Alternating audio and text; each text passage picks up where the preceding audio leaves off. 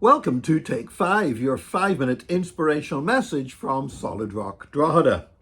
One of the shocking news stories of this summer was the assassination of the former Japanese Prime Minister Shinzo Abe, who was campaigning for his political party when he was shot and killed.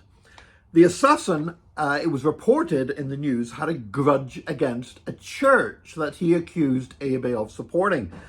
When we inquired a little bit more about this church, we discovered it was not a Christian church at all. It was a cult, the Unification Church, which was better known for many years as the Moonies, a particular dangerous cult with very, very weird teachings indeed, very manipulative behavior, guilty of brainwashing and exploitation in so many ways.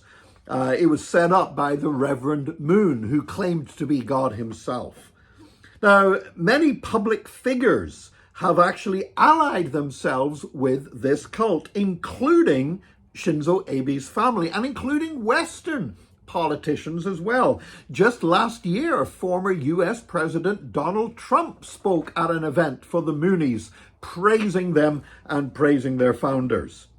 Well, in Japan, the Moonies have majored on guilt for what was done in Korea during World War II. Now, the Moonies, it's a Korean cult. It operates around the world, but like a lot of cults, it was established in Korea. Now, what happened during the Second World War, the Japanese committed dreadful atrocities against Korean people.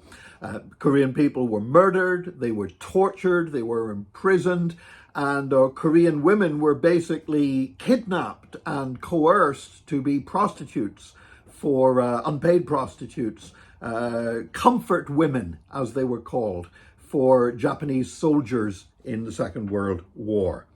And so the Unification Church has seized on the guilt that many Japanese people feel for these events and told people that they can basically make payment to the cult as an atonement for the sins of their forefathers. In other words, Japanese people who feel dreadfully guilty for things that were done by their nation in the Second World War will give huge sums of money to this cult in the belief that that will somehow absolve them of any guilt they might have from their ancestors.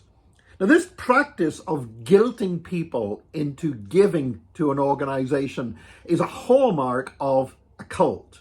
No true Christian church will use guilt or fear to raise finance. And if you ever find a religious organization doing that, run like the wind. It doesn't matter how good their reputation is. Don't allow anybody to guilt you or intimidate you or use fear to make you, to coerce you into giving financial contributions to an organization. In the church, we give from free will and we give from gratitude, not out of guilt, coercion, or fear. Giving money to an organization does not remove your guilt. The only thing that removes our guilt is faith in Jesus Christ, and then we freely receive forgiveness from our guilt. As we've seen in recent days with the assassination of Shinzo Abe, we've seen that this coercive and dishonest method of manipulating people to give can have devastating consequences and brings death.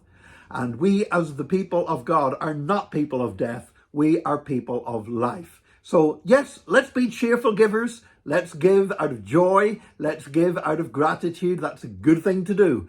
But let's not allow anybody to guilt us, because that is not the actions of a church. It's the actions of a cult. May God help you today to live free from fear and guilt and to walk before God as a gratitude of his free and amazing salvation and a cheerful giver, because we love him and we want to respond to him accordingly. God bless you in Jesus' name. Join us again tomorrow for another Take 5, your 5-minute inspirational message from Solid Rock Drogheda.